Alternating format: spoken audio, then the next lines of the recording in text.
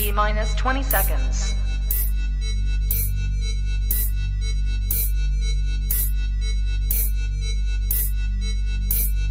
10, 9, 8, 7, 6, 5, 4, 3, 2, 1, 0.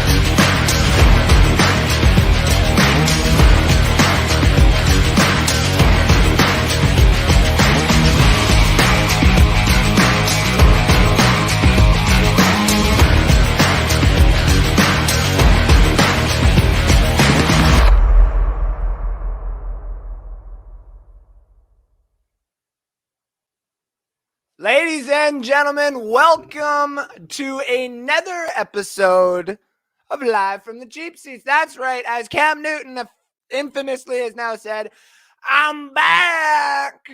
Took a week off, finally got my voice back.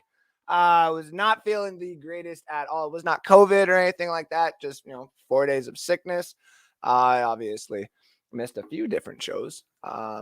Still kind of a little raspy, but nothing to be worried about. So I apologize I wasn't here to talk about our ass whooping that we got by the Washington football team. But I am here to talk about the possible ass whooping we are going to lay upon the Giants. So for the next hour, I will be here and we'll be talking Tampa Bay Buccaneers. So if you want to hop in here or talk some Tampa Bay Buccaneers in the comment section, we got a couple of guests that'll be joining us here soon. Get into the comment section, like, share, follow Bucs Report, me, and Andrew Faubert, right there, and North Sports Dynasty. That's where I do most of the work, and I do work here at Bucs Report, of course, because that's who I am. I'm the gentle Canadian up here in Canada. Speaking of gentle, talk about the gentle Giants here in a little bit. We'll talk about the situation with AB and the vaccination card and how some prominent reporters that have covered the Tampa Bay Buccaneers for a little while there may not necessarily be around. They keep up some of the work that they have, but we also have to take a look at exactly the situation that's going on. We're also going to take a look at what is going on with these weird teams and the weird team wins and why they may not actually be as weird as you think. And we will discuss that. Let's get into the matchup tomorrow. First things first, we are playing the New York Giants, a team that currently, from what I understand, is sitting at 3-6, and we are 6-3. They can win these sneaky games, and they seem to be close almost every single time, at least within their division.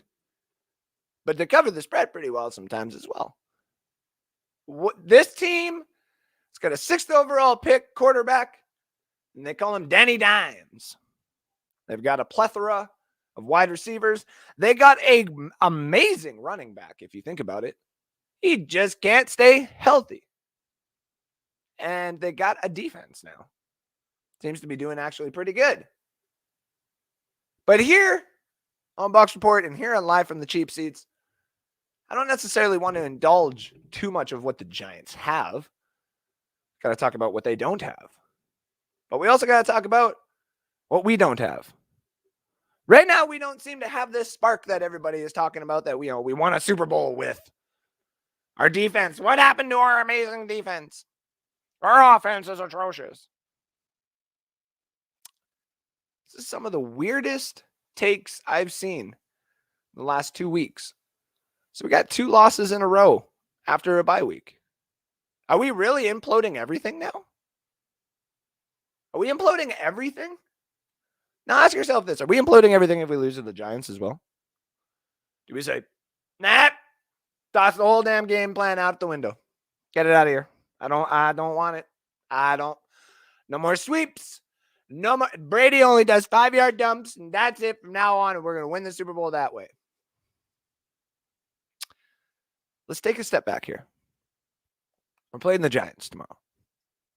The New York Giants, who me, as a young fan, sitting here at 30 years old, I have witnessed a lot of close games with the New York Giants, but I've also witnessed some pretty bad games against the New York Giants.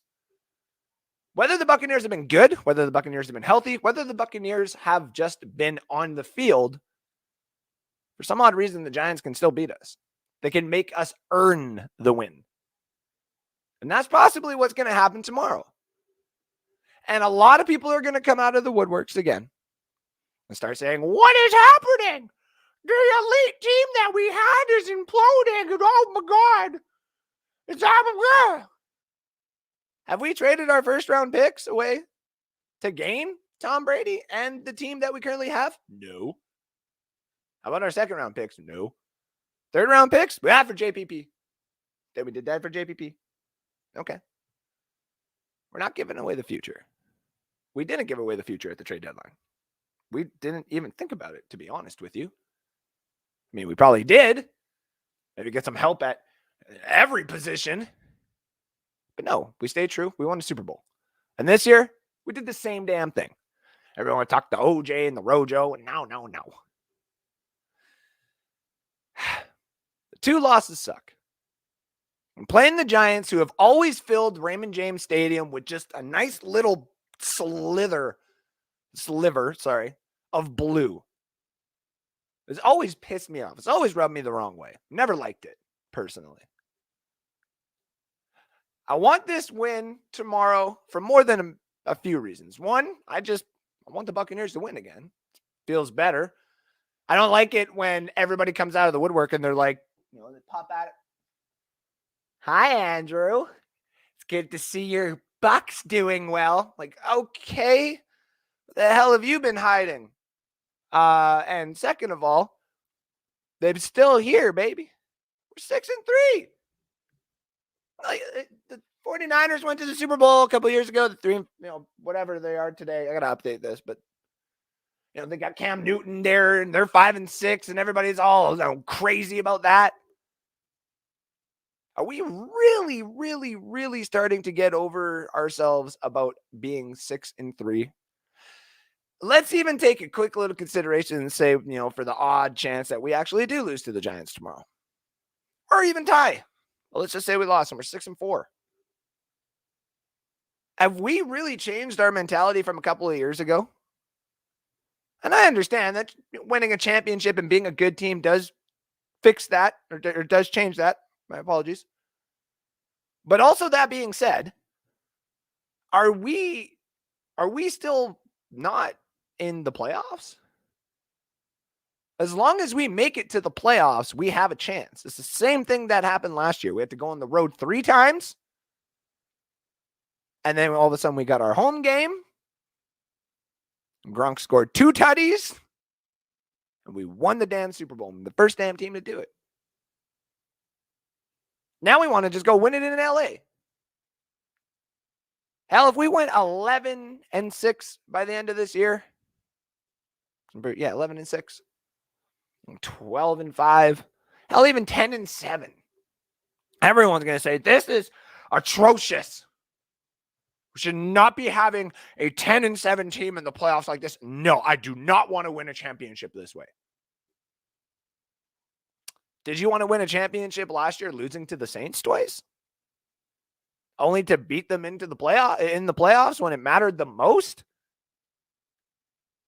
We're figuring out ourselves right now, the Tampa Bay Buccaneers. Brady's not going to be the exact same that he was last year. He never has been the same that he was in previous years. He has always adapted to the nature of the football game that comes at him. Why? That's what made him and Bill Belichick really good together. It's because the NFL and a lot of coaches are getting really, really smart. They're able to find out your game plan or a good chunk of your game plan really quick nowadays. So no wonder we're losing some games. No wonder we got some issues. Doesn't matter. It doesn't mean that we're going to all of a sudden, bend over to the Giants or bend over to the Carolina Panthers at the end of the season or anything like that. No. We are going to do our best. And to be honest, it's a lot better than some of these other teams. Look at Buffalo. Why is Buffalo losing so bad? Kansas City starting to get on that little chugga choo-choo train that I had talked about that they will eventually get back on. Everybody wanted to say, oh, they're done for. Nah, kill the Chiefs and Patrick Mahomes. That's how you start, and this is just me. I don't care who you are. That's how you start ticking off the sports gods. That's how you start ticking off the big sports guys up there who watch over and they're like, oh, do you all forget that Patrick Mahomes leads in fourth quarter comebacks than like most 35-year-old men? And he's played, 4 years? The man played against the Houston Texans when they were actually good. And that team had their quarterback defy death on the field by almost literally dying and scoring a touchdown. They came back from that. In football, you don't usually just come back from stuff like that. We got to know what's going on. And us here, the Tampa Bay Buccaneers, we're banged up.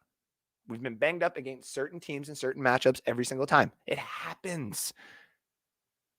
It's happened to the Seattle Seahawks, who are still losing. I believe they lost today. And they're not doing that great. But they got their quarterback back, and it's starting to pick up. The guy had pins in his hands, so. Brady is the GOAT. I'm not going to throw the excuse of that he's 44 years old or anything like that out there yet. No. Because it's not deserved. We're 6-3. We're playing the Giants tomorrow. We got a fairly good schedule ahead of us. Mind you, I do not like playing divisional games. I do not. That could easily be 4 losses. I don't want that. But we have a respectable to easy schedule depending on who you are ahead of us. And we can do it. We can make this work.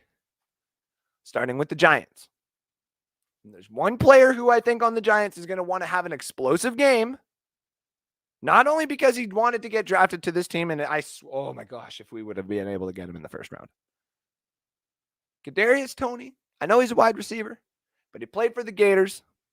He's got a chip on his shoulder when it comes to playing teams that passed up on him. We didn't pass up on him, but we didn't trade up for him either. I know he wanted to be a Buccaneer. There's a tweet out there somewhere, and I will find it one day. Let's get to this Antonio Brown situation. I've had over 20 people message me, whether Facebook, Twitter, those would be the only 2 places, about this Antonio Brown situation. He's making news again with the Tampa Bay Buccaneers. Not only is he making news with the Tampa Bay Buccaneers, he's making news for himself yet again. Fake vaccine card. Him and his chef having an issue. Rick Stroud and the Tampa Bay Times, I believe it is, has reported this a couple of times. And if you go on Twitter, he is not taking this, in my opinion, okay. Blocking people left, right, and center. Which is not good integrity for a journalist. But also, even the best ones who possibly will never watch this show who would say, hey, I've never done that. You also do that. Let's not kid yourselves. So, it's not looking great. The text messages being out. A teammate may have gotten it for him. But we also got to remember that this chef was one of these people that he has got a court thing going with. We live in a day and age where social media now can all of a sudden be taken and, things can be taken from social media and just run with it. This is not something that we should take seriously, but this is also not something that we should overstate or overlook. We are going for a championship. We have set up this team to do that for this year and probably next year. If we do all of a sudden just say, screw this and let Antonio Brown's situation go, and for some odd reason, if it comes back and the card is, say, fake or something is misconstrued, that becomes a problem. But all this is just a media stir. We've seen the Tampa Bay media and also other media members taking a stance on this. And it's a pretty 90-10 stance, maybe even more of a 95 to 5 stance. There's a lot of people who want to see this team win. It's not that we're going to just, sweep this under the rug or anything like that. No, we're not those type of people. We're not those type of fans. We like having Antonio Brown here. We all had the articles up. We all said the same things when he got here. Like, oh, he's going to be a problem in the locker room. He's going to cause a stir. We don't know what he's going to be, and he's not an all-star like he used to be. No offense, he did prove all of us wrong, including me. I still hold true to that. I have been one of the people that said, we don't need Antonio Brown. Why wouldn't we need Antonio Brown? We got Tyler Johnson, Jalen Darden, Scotty Miller, Hood, Justin Watson, Hood. Got a plethora of wide receivers. We don't need another one. But having him just makes the offense click. Right now we're missing him. It does suck. But this situation needs to be addressed, in my opinion, right in the middle. We can't all of a sudden say, this is hit, how dare him. And we also can't say, he didn't do this, how dare you, blah, blah. We have to be right in the middle until there is a full-on proven, or however which way they want to go about this.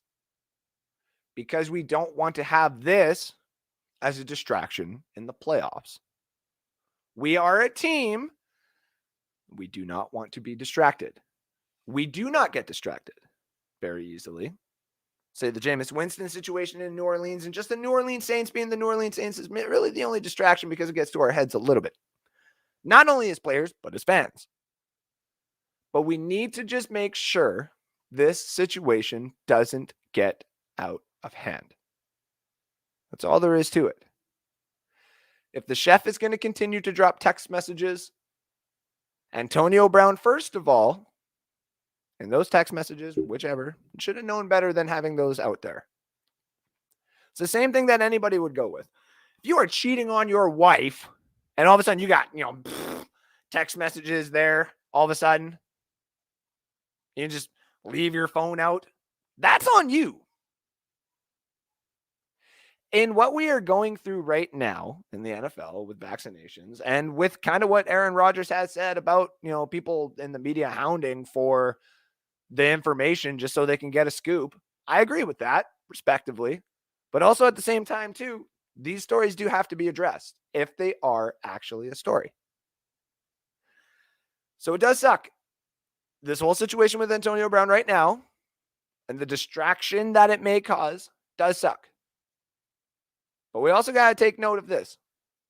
In New England, they did the best that they could. The coaching staff, in-house management, they did their best when distractions were around Tom Brady to keep it at least muffed so that when they were going for a championship and they're going for wins, and we know how many they went for, it's not a huge distraction. It doesn't necessarily leak into the locker room as much as they wanted. I don't want that. I don't think anybody does. Especially if it ends up becoming a non-story. All right. Let's get to the last segment here before we get to our guests. What the heck is going on with some of these games in the NFL? Weird team wins, and why they're not actually so weird after all. Let's get into this. 5, 7, 9, 19, hell, 100 years ago, quarterback position seemed to be the thing that would lead teams to victory. Quarterbacks are what make the offense go round. Just like on a defense, a good middle linebacker or just someone with the knowledge of the game is always a good thing to have. Luke Kuechly, Dick Butkus, Brian Urlacher, names go on and on. Why are we seeing so many weird teams win? Why are the Jets all of a sudden pulling off wins and the Buffalo Bills losing to the Jacksonville Jaguars and the Houston Texans beating the Tennessee Titans? What the heck is going on? Well, I'm here to tell you what's going on. It's really simple. And really, I just kind of gave you the answer. It's the quarterback position. 5 years ago, we knew what teams needed a quarterback. And it's not that other quarterbacks didn't get opportunities. It's that the league started to see something. The Minneapolis Miracle with Minnesota. You got other team, Ryan Tannehill with the Miami Dolphins. Teams had single success seasons. Why was that? Because they had backups. Just because they had a superstar quarterback doesn't mean that they didn't go into a draft and at least address the quarterback position. Whoa. Could you believe that? So now all of a sudden teams who are good and they're worried that their quarterback may go down, draft a quarterback in, say, the second, third, fourth, fifth round. And what you get in this is you really get this beautiful sense of a quarterback being able to learn the system. Dak Prescott, Patrick Mahomes, sitting a year. When you're drafted to be a backup to eventually be a starter for, say, an old quarterback, might be a little bit different. Or in a certain situation, say like this, with other teams and what they've done, is sometimes now quarterbacks just seem to be everywhere. Like look at the Tampa Bay Buccaneers. We got Tom Brady, Blaine Gabbert, and the second round quarterback Kyle Trask. even 10 years ago, that quarterback, Kyle Trask, on any other team will be thrown into the game and given an opportunity. Why? Because the fan base wants to see it.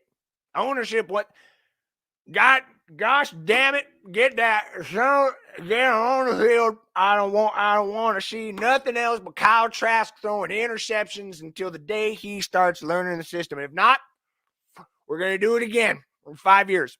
We're going to do it again and again and again. Well, now that's happened. Now, all of a sudden, a lot of quarterbacks have been able to just enter the market. Ryan Fitzpatrick, Ryan Tannehill, Jameis Winston, Case Keenum, Chase Daniels. Some of these quarterbacks have just literally fallen to other teams. Jacoby Brissett, and been given opportunities to succeed. Tyrod Taylor. You look all around the league. There's so many quarterbacks now. You go to the damn 49ers, and they got two quarterbacks. One they took third overall, and one that just took them to the Super Bowl. Joe Flacco has won an actual Super Bowl. Joe Flacco has actually done something and has a ring on his finger. Like a 3 to 4, maybe 5 season spurt where he actually was pretty elite. But these guys still exist in the damn league. Jalen Hurts was a second rounder. He all of a sudden is given the reins to go ahead and take the Philadelphia Eagles to the next whatever. And guess what? They're not as bad as we think. Their coach is still weird, but they just beat the Saints. Trevor Siemian for the Saints played in the CFL for a little bit, if I'm not mistaken, but has bounced around from team to team to team. And finally, when he's given an opportunity, because of the different systems he has seen and because he sat there on the bench and read the damn playbook, you're given a nice vanilla opportunity against the defense because the defense doesn't necessarily know who they're playing and what they're playing. There's a beautiful way to describe this. If you have, people have said, if you have 2 quarterbacks, you have no quarterback. Well, if you have 3 quarterbacks, you have 1 quarterback then. And this is weird to say. But if you have your starter and you got a backup that is, say, supposed to be just a backup, a Colt McCoy for the Arizona Cardinals, a Geno Smith. If you're supposed to be a backup, you can go into your, you can go into your draft and grab a 4th round, 5th round quarterback and let him develop for 3 or 4 years. Or all of a sudden, when you have the 1st overall pick and you get a running quarterback you don't necessarily know is going to do it just okay in the NFL, you go into the 4th round and you go get a Kirk Cousins. And then all of a sudden, he leads you to the playoffs at 9-7 because he beat the Buccaneers that year. Thanks, Jameis, for causing the, yeah, you like that. But here's the thing. The problem is now there's so many quarterbacks. Teams can literally go into free agency and pick up one and win a couple of games. Denver Broncos have kept, Luck, or not Luck. Sorry, it's not Luck. What's his name? Locke. There we go. And Teddy Bridgewater. And they've won some games. The Carolina Panthers had a XFL quarterback that they were going to use. They went and they traded for Sam Darnold. And now they basically just went and got Cam Newton for free. There's a reason why there's a lot of different people winning these really weird games. Because there's so many quarterbacks. Teams are now building, like the Tampa Bay Buccaneers, like the Las Vegas Raiders, like the Denver Broncos, like the Carolina Panthers. They're building their teams so that when a good quarterback becomes available, you can at least become competitive. Or wait around till a good coach comes in who can utilize basically any quarterback that's out there and plug and play. Now, a lot of people would say, well, wow, Andrew, this sounds like we could have done this with Jameis Winston. Well, here's the thing. Jameis, we don't know what he is supposed to be. Given bad coaches, he did actually do pretty good statistically for yards and touchdowns, but not for game management. Ryan Fitzpatrick is the same thing. RG3 was kind of the same thing. Chad Henne back in the day was the same thing. There just becomes availability around the league. And for us, we saw that.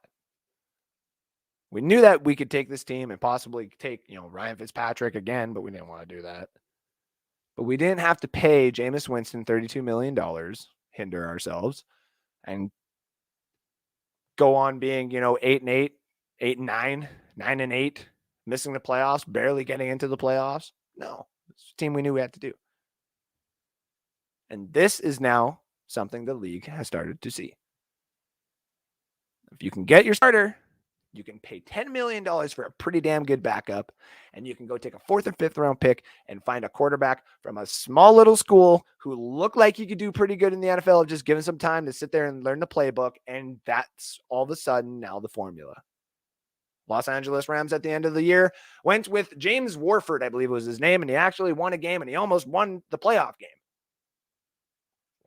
Or didn't, lost the second. Heineke. The list goes on and on. There's a reason why quarterbacks have always been needed, but there is always a reason why. To explain why these weird teams are winning these weird games. And it is because there's just a lot of good quarterbacks available now. So let's get into the comments here. I see a lot of it going off here tonight. John McGee says, how much? Oh, buddy. Let's go. Rick Hughes, who is ready for tomorrow night? Stevie Slick Probert, Tuesday morning football. Love the Eagles this week for Carl Hardy. Thank you for tuning in. Anthony Handy, what's good? Was going to say Barkley is injury prone as Tim Toolman Taylor. Exactly. David Tournier, Dallas lost, Green Bay lost, entire division lost, Bucs on a 2-game losing streak, but nobody ahead of them is taking full advantage of it, and it's looking good for the Bucs. Just got to take care of business tomorrow. That's a damn good point there, my friend. By the way, ladies and gentlemen, we're at the halfway mark of the show. We got a guest that is going to pop in here pretty soon. Like, share, follow Bucs Report and me at North Sports Dynasty, and let's get the conversation going. And of course, here live from the cheap seats, because I'm back. My voice is still, that's why I got water, but I'm running out of water here. So I think my guess is going to be awesome. They're not supposed to rub you. Comment, like, share Andrew Show. Your friends are missing out. Oh, thank you, Teresa. 12-5. David Turner, nobody's a clear-cut favorite to go to the Super Bowl. Everyone is up and down this year. First time in a long time there hasn't been they're a clear favorite. Bucs still have yet to get completely healthy yet. And once they do, I believe they will show everyone who the clear favorite is. I'm nowhere near panicking after these 2 losses. I don't want to panic either. If we lose to the Giants, I'm going to be a little bit like, so. Bucs haven't been healthy all year. The whole damn league sucks. 12-3. Let's effing go. Fred Moore, thank you for tuning in, buddy. Bucs Report says 12-3. It's gonna happen. Chiefs still don't look good. Mahomes doesn't look like himself outside last week. He played the Raiders and was on fire. A better defense today, and he looked like he did before the Raiders. Fair enough. That is fair. I was worried about the Bills game, but now I'm looking at that Colts game, seeming they are on fire. I even said, too, I don't want to play the Colts. Did not want to play the Colts at the beginning of the year either. Bucs are overrated as hell from Yakin Ben Israel. I don't necessarily think that, but sure. Jim Melvin, thank you for tuning in, says you don't step onto the field and be a great team just because you step onto the field. You are a great team when you have great players with great chemistry. Remove a few pieces and you are no longer great. Let's hope the great players all return in time for another playoff run. These are great comments in the section here tonight, ladies and gentlemen, except for this guy. No, you can. It says Arians confirmed Leftwich gets his plays from playing Madden. That's cute. Buddy Mercer says, go wash your face. Is something on my face besides a sexy beard? You're just upset you can't grow anything like that? Come on now, buddy. Debbie Andrews Bruno says, go Bucs. Thank you for tuning in. Stevie Slick Probert says, could don't mean dud. Exactly. Christopher Cole says, what is up, everybody? Johnny Dean says, Chargers touchdown. Bucs have too many leaders to let these distractions take their eyes off the prize. Man, exact. David Tournier is on fire today, man. 3-7 is the game. I just looked over and we got a trailer for that Hawkeye show, which is going to be great. I've known Rick for more than 30 years. He's a pro's pro. Hells yeah. Every game felt just right for us, but the Arizona game, I mean, hey, he really slipped up this time, though. He had to know he needed another perspective on the take, which such poor reliability in those sources. It's true. Any given Sunday, that's what's going on. Teams may be bad, but you still got to take them seriously. They are pros, also regardless of records. True. Remains to be seen, but nobody's perfect. Rick gets it right most of the time. No one does all the time. No, and that's true. That's true. I agree, and I liked Rick, and I still kind of do, but also at the same time, it's like, come on, man. It seems there's another one too. There's a female reporter that just, it's always available for the bad stuff with the Buccaneers. Just seems like, so I won't put her name because she's already had a problem with Bucs Report. So looking at your team records back there, and the Rams are 7. No, I know this board has to get updated. Like I said, I literally just got down here today. I've been cleaning most of the day. My only day off. So they said 7-3, and you get your glasses on. Yeah. 17-3. Surprised Vita hasn't been ruled out. Are you surprised, Andrew? Maybe he's doing better. That's the thing, is I don't know. I think they said it wasn't too serious. Of course, a lot of people have said, I want our team to be healthy going into the playoffs. Now I'm just like, I just want people to play. I think I'm at the point where I just, no offense, like I understand people are banged up. And if you're banged up, I want you to play. If you're injured, don't play. So, Eric, thank you for tuning in as well. I will be in Raymond James Stadium tomorrow, 4-0 when I attend games this year, 4-0 at home. There you go, buddy. There you go. Let's keep that record going. All right, let's bring in one of the miscreants from the Saturday show. I'm officially out of water, so we're going to get a couple of his takes and see what he thinks about everything that's been going on. Mr. Matt Colson. Let me square up here. There we go. How you doing, man? I'm better. I'm back. My throat's still, sore, but I'm here. So, did you carry your flu immunization record with you, or did you order one off a text message? I literally just punch people in the face when they ask me that when I go to places now. Like, I've really taken on the whole hillbilly Alberta thing now too. I'm like, I'm trading in my Kia for a truck, and I'm gonna jack it up and everything. It's gonna be great. There you go. 3.5 feet to step up. You got to put a side ladder on it. Basically, I want my fiance to literally put her chin on the foot thing and her have to climb up. That's how big I want my truck. So. All right, Matt, tell me what you think about all this. 3 different things you were talking about, and I'll just make it quick. No, of course. Go ahead, buddy. Antonio Bryant's story is a non-story. It's just there to stir the shit. And I'm thinking so, too. It's a state of the press in America right now, for lack of a better way to put it. They'll just run with anything, where 10 years ago they wouldn't have done that. And it's pitiful. And it really... The more I look into it, with the Bucs going into their statement where they looked up everything on the various cards from the different players and they were all validated, whether or not he asked for one or not, he obviously had one that passed the litmus test whenever he turned it in. So, and I'm still on that fence. It's your body. You do whatever you want. You don't have to get a vaccine if you don't want to. And I'm not going to get off of that, but that's going politics. Don't want to go there. As far as your thing about why our team's losing, it was a lunar eclipse, dude. That's all it was.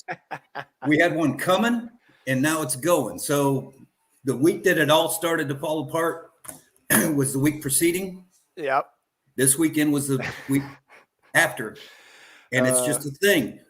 If you look back in the history, though, of the NFL, there is always 1 or 2 weeks where even the great ones get killed. Exactly. Yep. And it's nothing to write home about. It's not something to get all excited about. If you're a betting person, you're probably in a soup kitchen right now because you're broke as hell.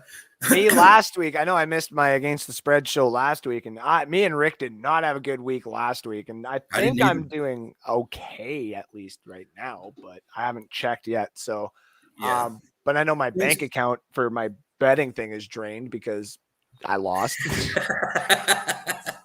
I'm going to look on Messenger here and see what I said this early afternoon when teams started losing, because I had written them all down and I forgot.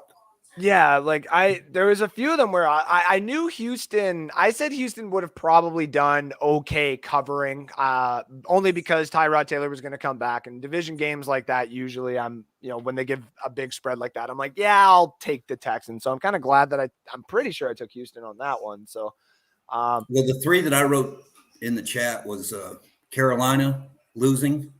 Yeah, didn't see that happening. The Packers losing, didn't see that happening. And the Titans, I went with my heart because I wanted the Titans to win, and I knew better because they don't have Derrick Henry. They're not the same team. Nope. And I should have gone the other direction. That's what my gut told me, and my heart went a different way. So luckily, I don't play the numbers. I just look at them funny. Yeah. And not doing so well in the 1:00 games. No, same here. But the thing is like the Vikings, I knew that they could possibly beat the Packers, only because like the Vikings aren't necessarily a bad team. They just got a lot of older players on that defense, like Patrick Peterson and Everson Griffin and a couple of those other guys. It makes sense to me that a lot of people would kind of write them off, but also at the same time too, this is a team that notoriously has done pretty well against the Packers when the Packers are actually doing good. So right, Brett Favre went to that team for a reason when he left the Packers. So. Well, Jimmy Johnson called it at the beginning in the pregame show where he said that Aaron Rodgers has had an awful lot of fatigue this year, not game related, but from the holding out and all the BS that went with that. That weighs on your head. Then he got this COVID thing or whatever it was. Mm-hmm. And that was something he had to deal with the press. So he's been distracted a lot. And it showed today. I mean, it just wasn't – the Packers should have blown out the Vikings. It shouldn't have been close at the end. It shouldn't have been. But it was. That's Kirk Cousins back there. It's not Johnny Unitas. I mean, it's just some guy. You like that. Well, yeah, I see. That's the problem. That's the one. Okay, I might be biased on my hate in a weird way for Jameis Winston. I don't necessarily hate him. I just hate some of the games that he did here where I'm like, you could have literally saved your career if you would have just not thrown like 5 different balls. It's going to be completely honest with you. And one of those balls that he threw was in the game against the Washington football team where Kirk Cousins came out of that damn game and goes, yeah, you like that. Yeah. It pissed me off. That was a heartbreaker. But I don't blame that all on Jameis. That game was coached out. We lost that game due to administrative issues. Yeah. They shouldn't have been able to let them come back like that. So there was a problem that should have been corrected. And that had to do with Mike Smith, I think was the Mike DC. Smith. He's a waste. Because I think the worst take I ever had when I was very young was saying that Mike Smith could be the defensive coordinator of the year, and I don't care what anyone says. And I was like, oh, I am the wrongest person I have ever met in my entire life. Oh, my goodness. Wow. But, yeah, that, like, Jameis actually, I don't hate Jameis, as I've said before. I hated some of the situations he put the team in. I hated what ownership put him in. If he actually was what everybody says he's supposed to be, then the Buccaneers, in my opinion, would have actually kept him. That also being said, that when the GOAT is available, you go for it. Like if Michael Jordan would have left after 3 titles and all of a sudden came back to the league and was like, I'm going to be a free agent. Didn't matter how good of a team you had, you would make room and money for Michael Jordan to come join your flipping team. That's just how it is. Until he got 45, when he aged himself out. But yeah, you're right. But that's what I mean. Like 3 titles and then his little tiny little retirement there. That wasn't retirement. That was forced. He was a gambling man. I don't want to say anything bad. I'm not going to spread rumors in church, but he got in trouble. Had to go somewhere. The documentary definitely tried to like sweep that part under the rug. We're like, I don't know what you talking about. He wanted to play baseball and stuff. I'm like, yeah, I'm sure he did want to play baseball. I'm like, sure. Yeah. How bad of a gambling addiction did he have? Oh, we don't want to talk about that. Oh, okay, cool. Sure. Why not? Yeah. I don't think he spends much time worrying about money. So when it comes to like on golf, those guys in that level of wealth, they throw $100 on a putt. It ain't no big deal. No, they exactly. Don't feel that. They could throw 10 grand on a putt and it really doesn't matter in the big picture of things. So from us blue collar Joes that have to go out there and work for a living, we look at it from a different point of view. And that's the thing you got to understand about people of that caliber and that people that have that much cash in their pocket. I mean, NFL players, when they first come in the league, if they make it onto the team in the first year, they're seeing more money than they probably would have made in half their lifetime just in one check. You know what I mean? A $10 million contract is just blows my mind. What would I do with that?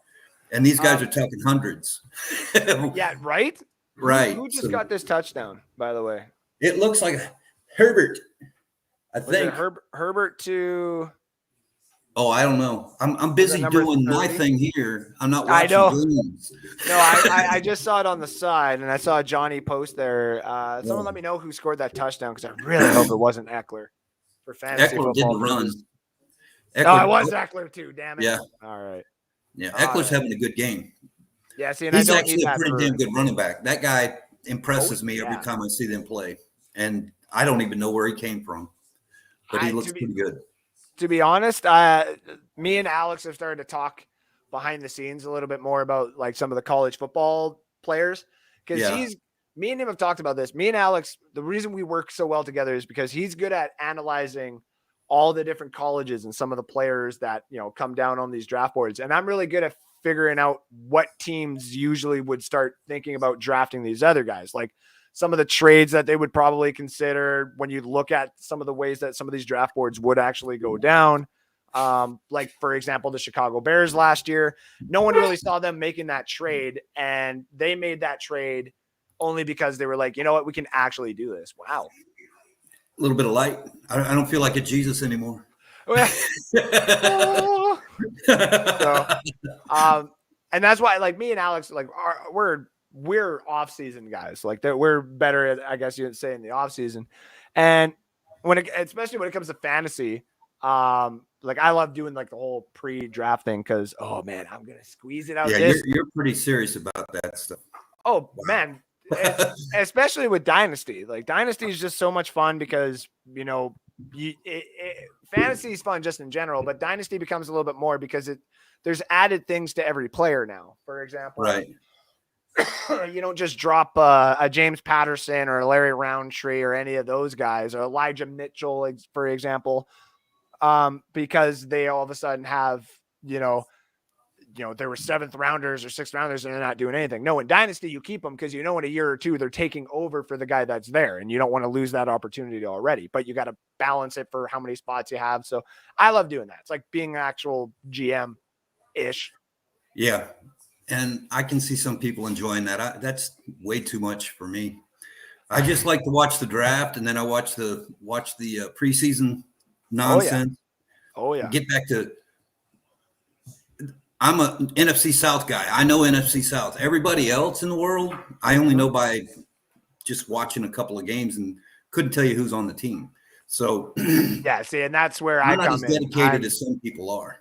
Yeah, I love analyzing everybody's team. Like, I like knowing who we're going up against, what player is, you know, looking to have a breakout year, looking to get paid, and all of a sudden his matchup against, say, like the Buccaneers like 5 years ago, it's like, oh great, like Julio Jones is looking for his contract extension. Now he's playing the Bucs twice in 2 weeks.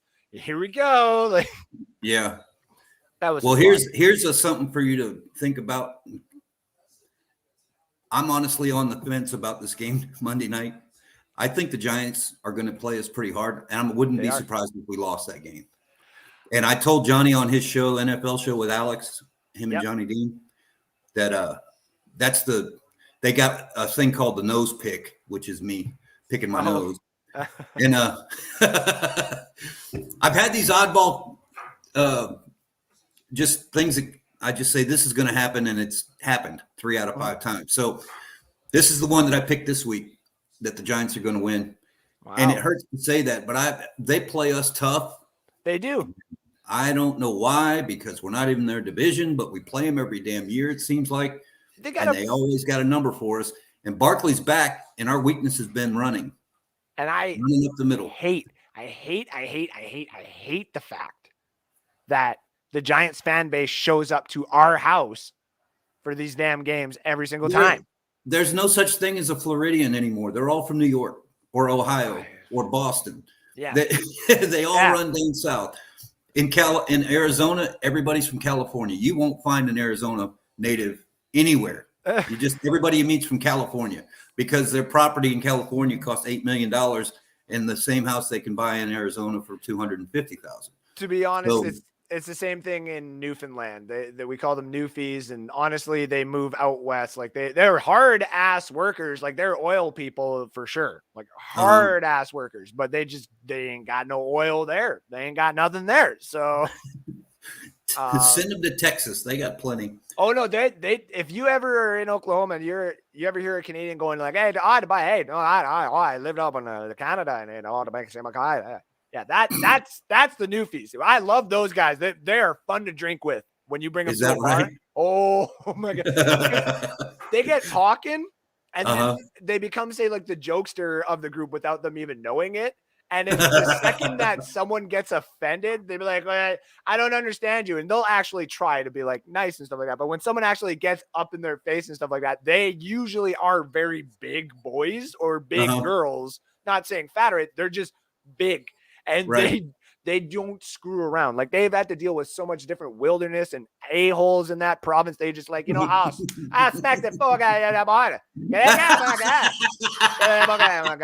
Like, that's what they do. They just smack you. Like, if you're offending them and stuff like that, it's like, like, like instantly, Wow. and I love it. I love it. Bringing them Yeah, out. as long as is you're on the so other great. side of the room, so you don't get caught up in the wash. You know what I mean? Oh yeah, of course. When two Of guys course. get in a fight next door to you, you're kind of in a mess trying to get up and out of it. But I love doing that too, personally. I've always been the guy. I'm like, listen, I'll either join in if it's someone that I know, kind of thing. That's kind of a given. But I don't usually jump in for like a random fight or a bar fight if someone else is already breaking up. I'll try to be the guy in the corner that's like, I got like a couple of like cups of water, and I'll be like,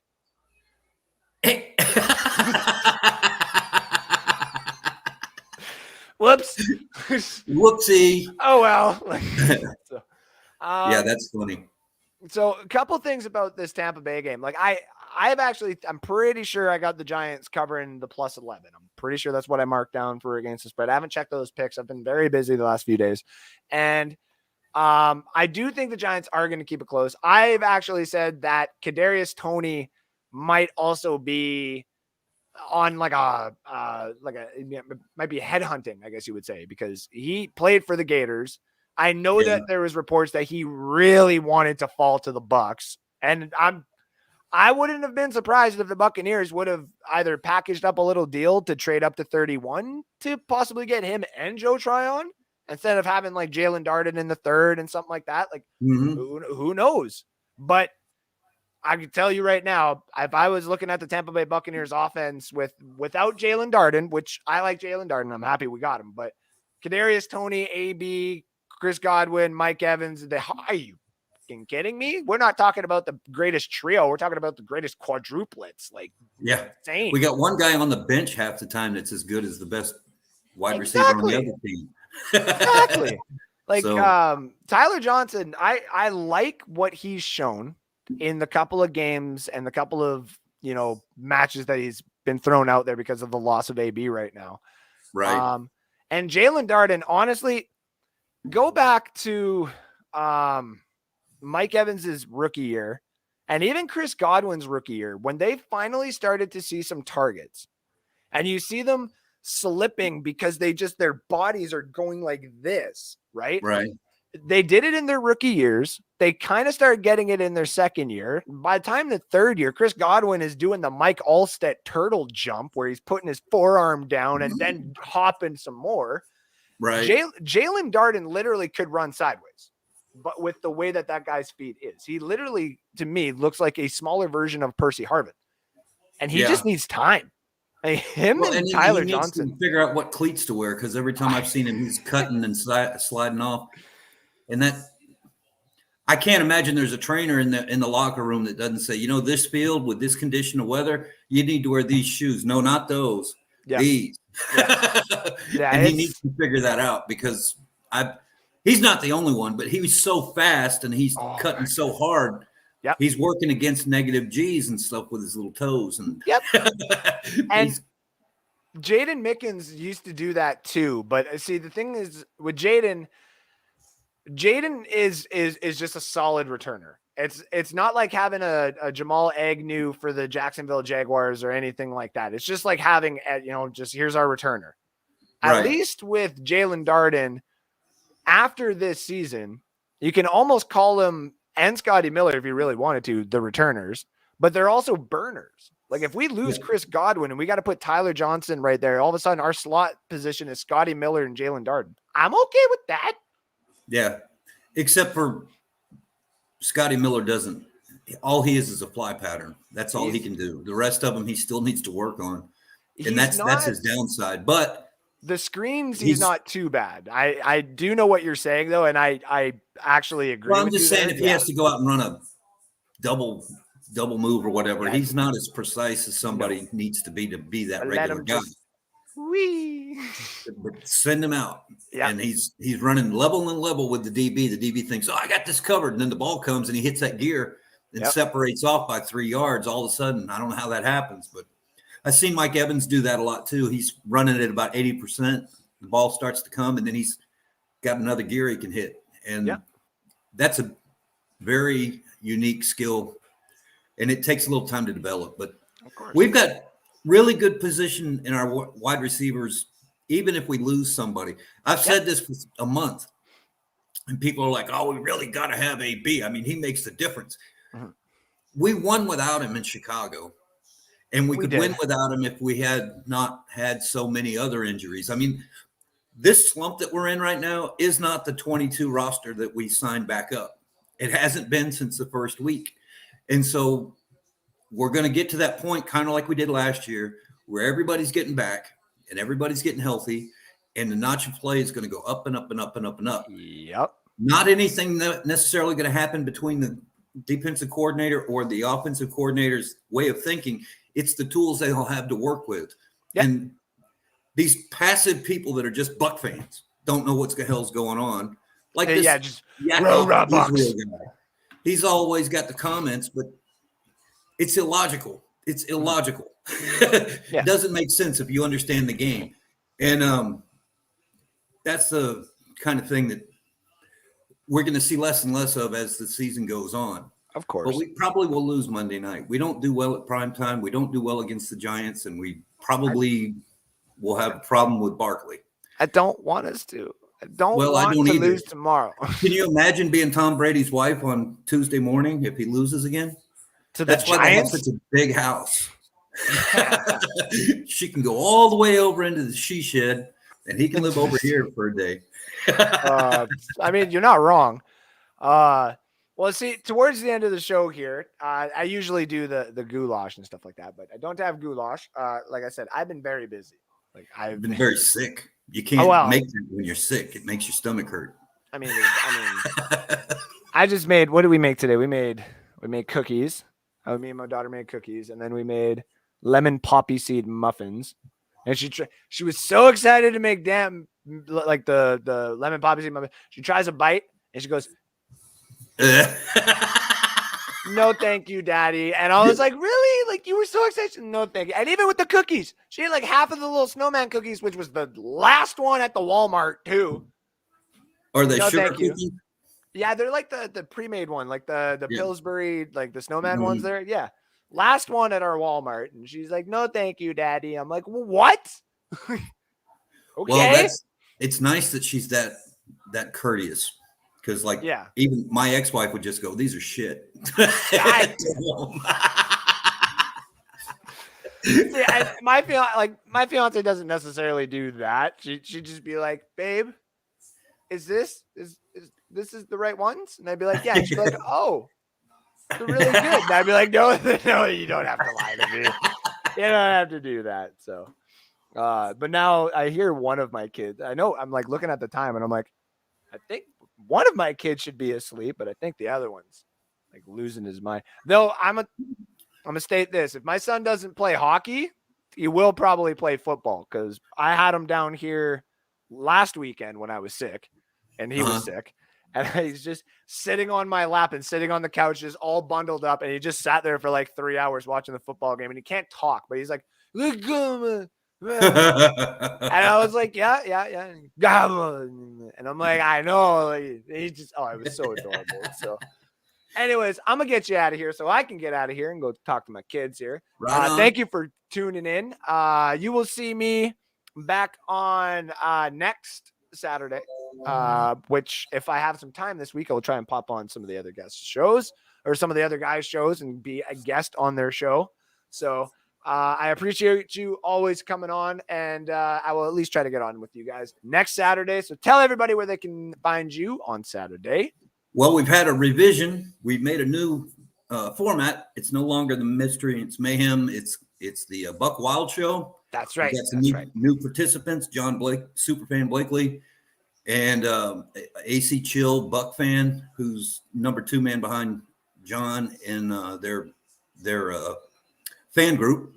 So they're part of the crew now, along with Teresa and me. We're starting off some new stuff, and we're live Saturday night, 9:00 p.m. Eastern, every single Saturday, win, lose, or draw.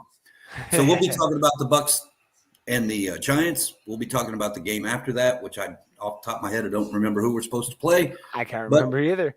We're going to get to it. So, yeah, you can check us out on Saturday at 9 p.m. right here on Bucs Report. We'll look forward to helping you or having you guys in the comment section, throwing out your stuff. Even that guy named Israel. We don't mind him either. We don't mind him at all. Thank you for being here, Matt. We'll talk to you again soon, brother. Right on, buddy. Have a good night. You too, buddy. All right, ladies and gentlemen, it's time for me to get out of here. Got the kids running around. Make sure that they're all put to bed.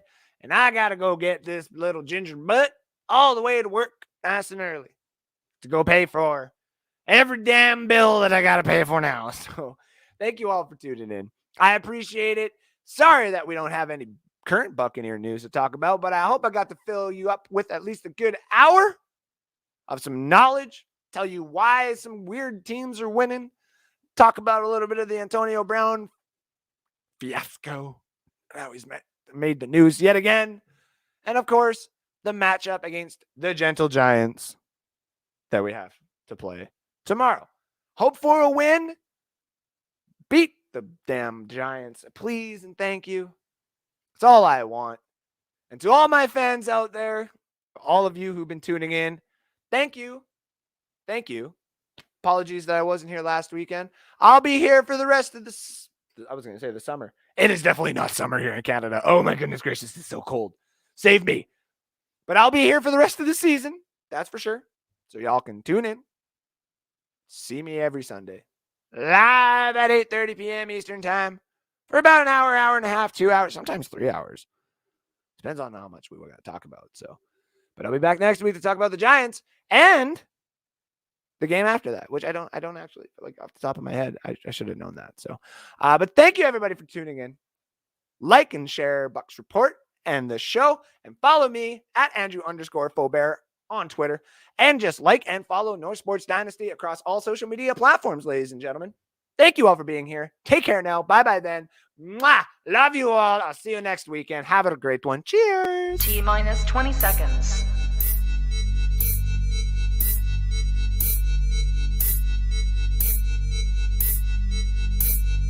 10, 9, 8, 7, 6, 5, 4, 3,